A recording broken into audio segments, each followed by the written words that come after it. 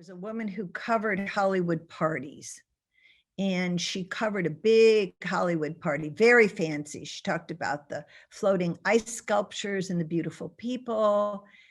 And in the very last two sentences of her story, she said, unfortunately, two workers in the kitchen fought and killed each other. That was the end of the story. The whole story had been about all these beautiful people, and then this.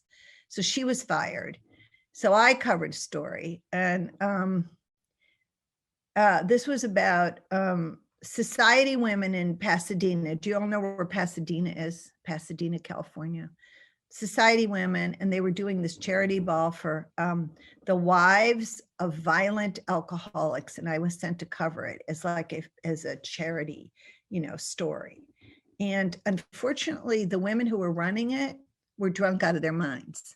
And the one I was interviewing fell forward while I was interviewing her. She fell forward drunk on the table. She had a pineapple headdress on, and it rolled across the table and fell on the floor. So I went back and wrote the story. I mean, that's the story I wrote about the hypocrisy of these women who were saying, these poor, unfortunate women who live with alcoholics, and then they were drunk. So the problem is the women giving it were friends with the owner of the Los Angeles Times.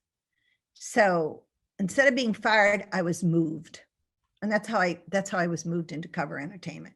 Some of the lessons that I learned as a woman and also as a reporter is that if you work for a major newspaper, then like the Los Angeles Times, people in Hollywood want to woo you. They want to invite you for dinner. Heads of studios, you become their best friend. And so that's number one, you have to watch out for that. Number two, there was a lot of sexual harassment. No one talked about it. I remember my first interview with a major movie star. I was very, very innocent. So I'll just say this, major movie star. And if you cover Hollywood, you'll often go on location, and they shoot all night. So you have to stay up all night and do interviews. And this guy invited me to his trailer. And when I was interviewing him, he unbuckled his belt and unzipped his pants during the interview while I was interviewing him. And so what do you do? So you're young, you don't know what to do. No one has prepared you. So what I did is I just ran out of the trail. I ran out. I was so scared. I thought, no, this is horrible. And I don't want to do this. I never told anybody about it. But 10 years later, I interviewed the same guy again. And boy, did I tell him off. I really told him off. How many stories? I mean, I didn't know Weinstein, so I didn't cover it. But why was it kept? Because it was an institutional failure, because women were silenced, because people were paid off, because of NDAs. And I'm sure even people who knew about it, women were silenced and weren't even telling other people. Now, I think some reporters did know about this. I mean, I know reporters who dealt with Harvey Weinstein, and he was almost violent with them, but they were men. They talked about it. They didn't write about it. But I think that's a good question of why no one stepped forward until really, Gretchen Carlson. You have got to give this woman credit. She's the first person, not the Harvey Weinstein people. Gretchen Carlson stepped forward and said, Roger Ailes is sexually harassing me and other women. And that was the beginning of it. But why didn't they step? Because they were protecting the institutions. I mean, why didn't Gwyneth Paltrow step forward and talk? Because she was connected to Weinstein, because Shakespeare in Love was made by the Weinstein Company, and she won an Academy Award. So there was a lot of silence in this area out of a lot of fear, I think, and because of money. And this is where we're learning about everything that's happening in the world is coming through, at least at that time, this.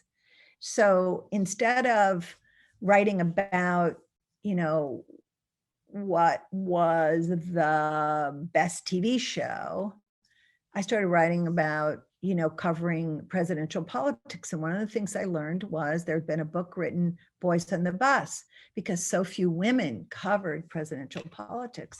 So I wrote a huge story called Girls on the Bus. And I talked about the role of women in political campaigns, covering political campaigns.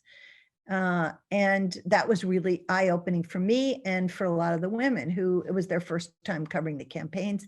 And one of the things about it to me that was so interesting is that while the men all went to the bars at night to get drunk with each other, the women were either writing stories or talking to their kids on the phone, and they were having this full life, but they were covering a presidential politics from a perspective that had more to do with women as opposed to just this world of what bill, what this, what that. It was a really, really informed way to cover politics. And so I really, really like that. My first major, Piers Morgan reacted negatively to the Harry and Meghan interview and stormed off the set and quit. In the United States, Sharon Osbourne, who's on The Talk, supported Piers Morgan, then got in an argument with one of her co-hosts, and now is under attack and backlash by people all over the country. I mean, people who worked with her and people, so even in families, this is the world we live in. Now, as a journalist, the way I was trained as a journalist is you listen to both sides. I mean, I have two children. One is a district attorney, and he is conservative, and the other is a screenwriter, and she is liberal. And I try to listen to both of them because I need to understand. But can they listen to each other? No. So it's really up to people your age to bring about this kind of harmonious listening. And maybe in a situation like these groups that you're in, you can do that. But it is as bad as I've ever seen it, ever. So then I got a call from a former editor of mine from New York Magazine saying this is why you have to say yes, saying, are you free March 18th to March 30th? I said, yeah, why? Can you go to Rwanda? That was the question. It was all it said. Can you go to Rwanda? I said, yes. I didn't know what I was doing. I hadn't done research yet. I knew there'd been a genocide. And so I did mountains of research. I got on a plane and I went to Rwanda. And I spent 3 or 4 weeks in the country, traveling around, doing stories about how a society emerges from a genocide. And it was honestly, probably for me, one of the most important stories I've ever done in my life, because, we think of this pandemic, you think, how will people survive? The human spirit is quite remarkable. I saw people survive, a woman survive who had watched her husband be decapitated in front of her by her neighbor. And I mean, that was just one of the many thousands of stories.